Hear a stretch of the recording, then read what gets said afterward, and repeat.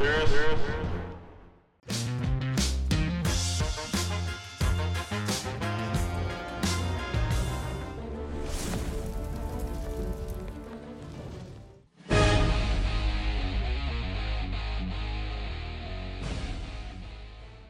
what's up, everybody? Today we're going to talk about the Cowboys 2023 draft recap. Gonna give it to you real. You know how we do it here. This is cap mode time, shark tooth mode. Let's go. All right, man. So this is the post review of this draft class. I will be doing one that will project where these guys are going to fit into the regular season. I don't do grades. I think draft grades are fucking corny as shit. But I will do my video where I project if they're going to be a starter, eventual starter, practice squad, or, you know, a guy that doesn't even make the fucking team. So I love it, man. Draft season was fun. Everybody got it wrong pretty much, which happens every year. But Cowboys, they took us for a wild ride. You know, I got to say they took us for a wild ride. Of course, right now everybody's overreacting to the undrafted free agents, the fullback. Apparently he's going to be the number 2 running back. So, you know, just people just get way into it, which is fine. I mean, that's fandom, right? People they get their pet cats and this sort of thing. But when you're looking at this draft class, you really do gotta be realistic about you know, where they're gonna fall into this roster. You know what I mean? You gotta be real about it. You know what I mean? And that'll be covered in my video where I cover where these guys are going to fit as far as starters, backups, this sort of thing. But for today, the recap. Okay. First and foremost, what I like, what I didn't like. What I didn't like from this draft is we didn't come away with the offensive firepower that we needed. We needed the firepower that we didn't get it.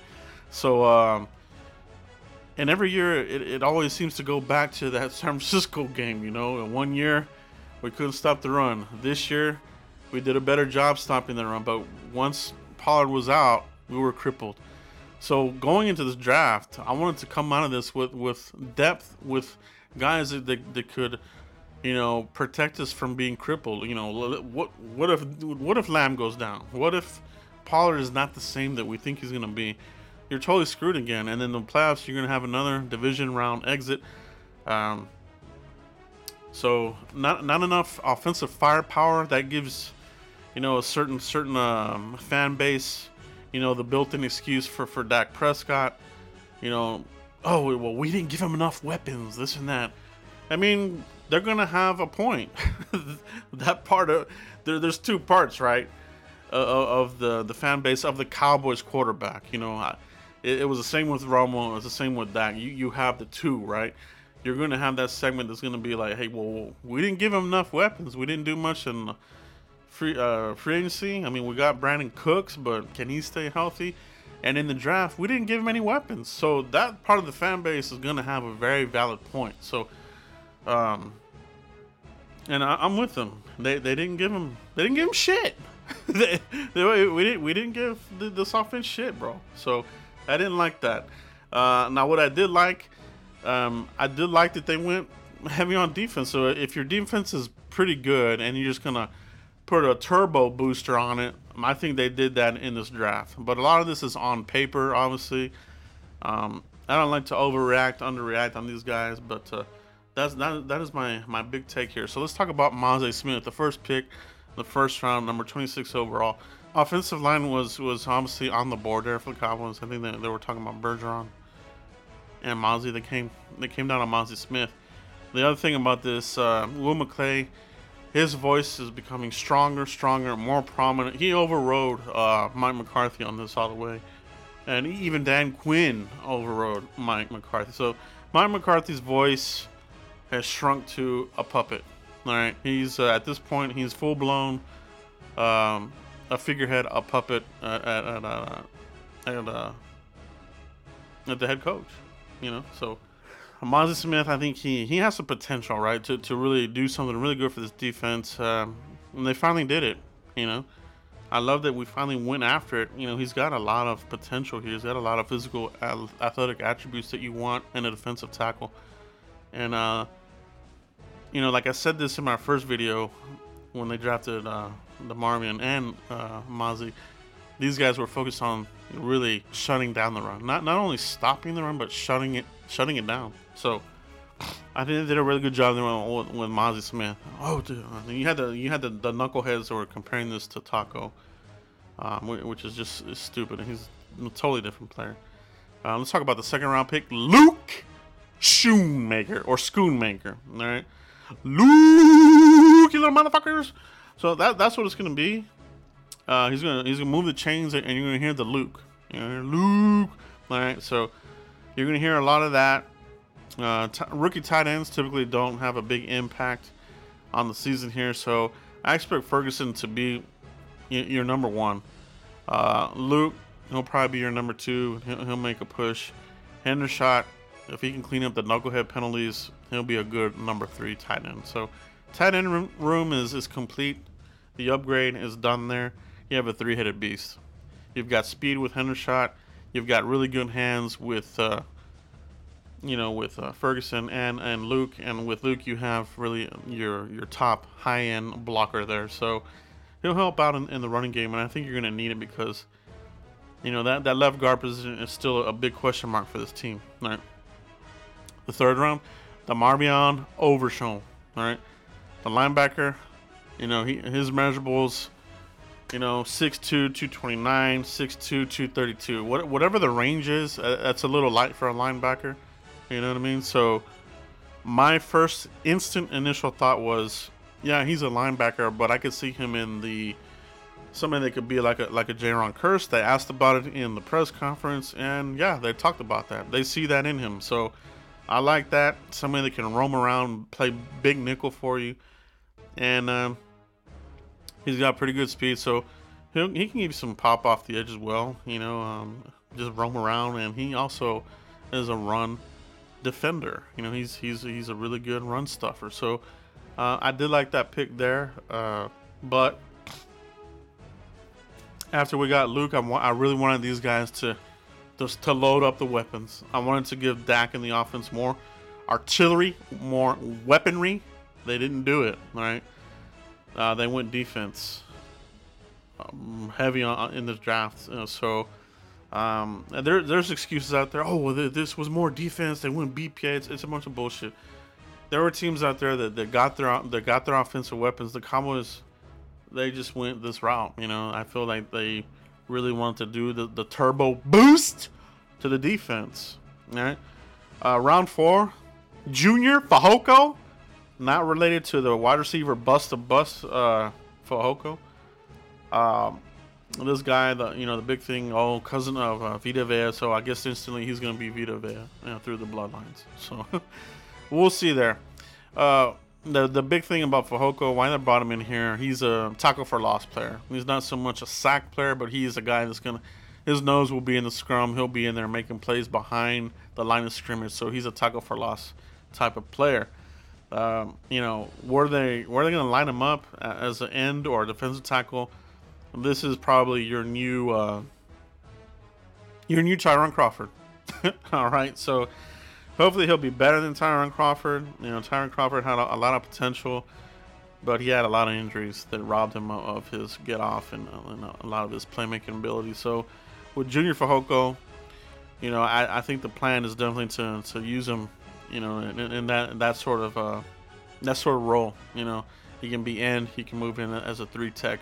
Sharif Floyd, one of our D-line coaches, he spoke on that as well. So he's looking at him as a 3 tech. So he'll be used in that Tyron Crawford type of role. So this is your new Tyron Crawford here, Junior Fehoko.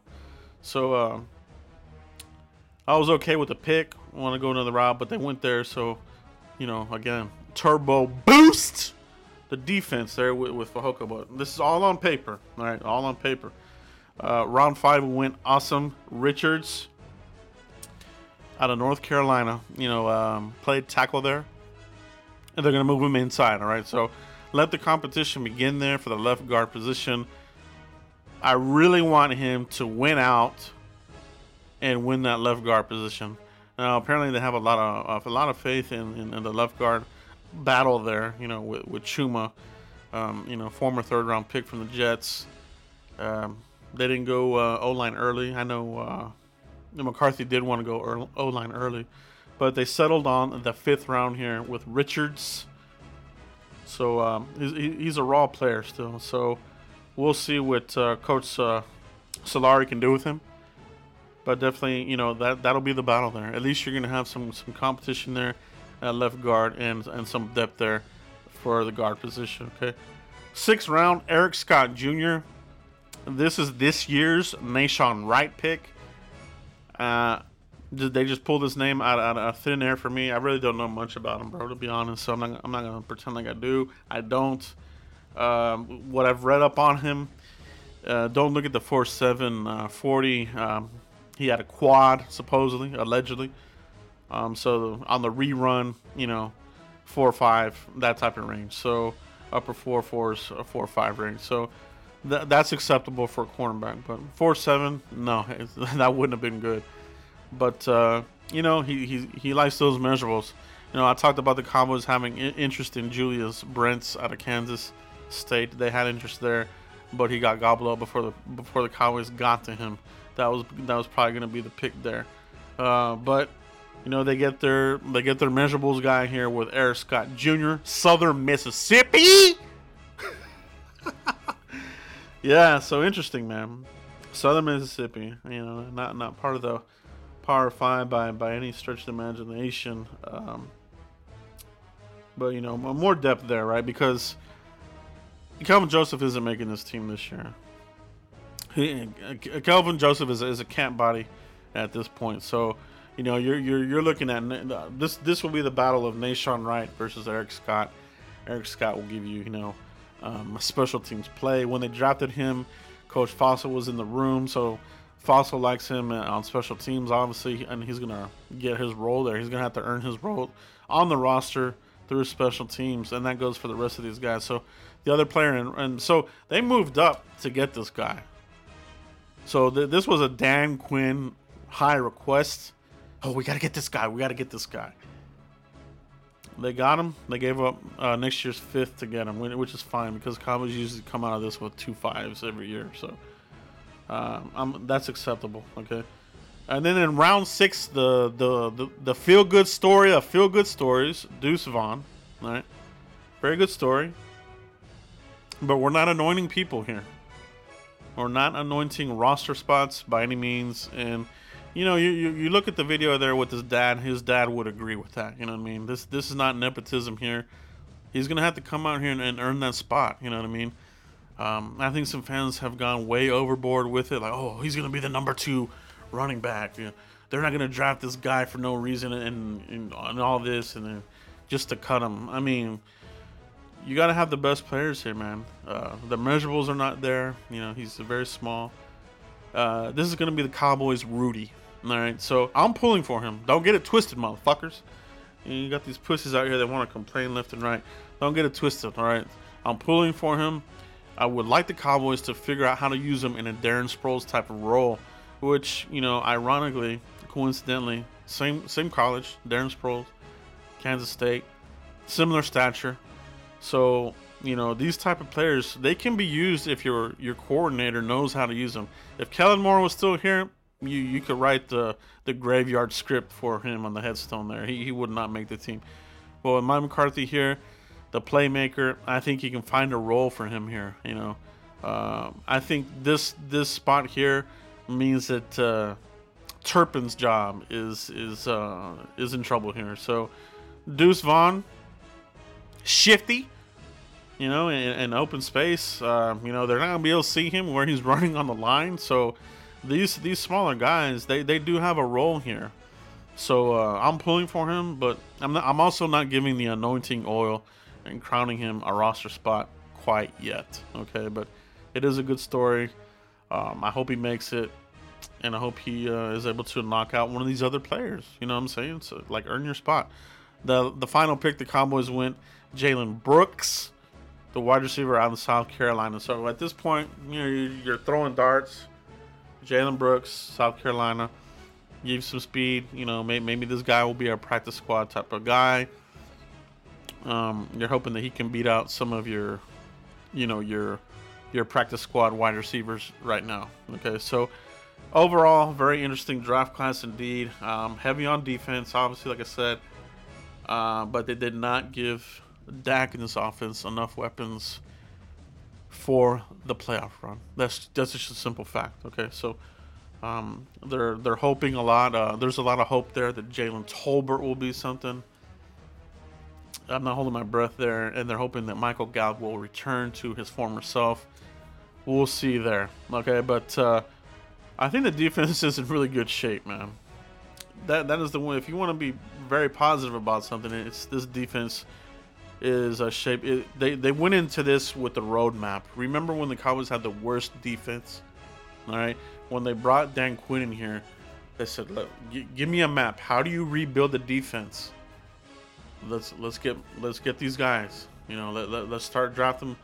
Let's start getting after these guys. You know, so that's what they did. This defensive, you know, heavy on defense the last couple of years has been part of the plan, the overall plan, right? To rebuild that worst defense in Cowboys history. And now I think, you know, they're pretty close. I think they have they've rebuilt it, you know what I mean?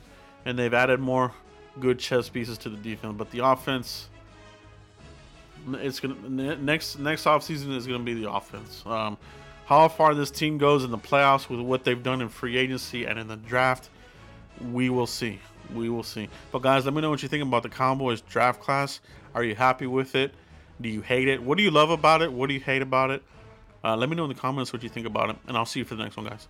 Peace!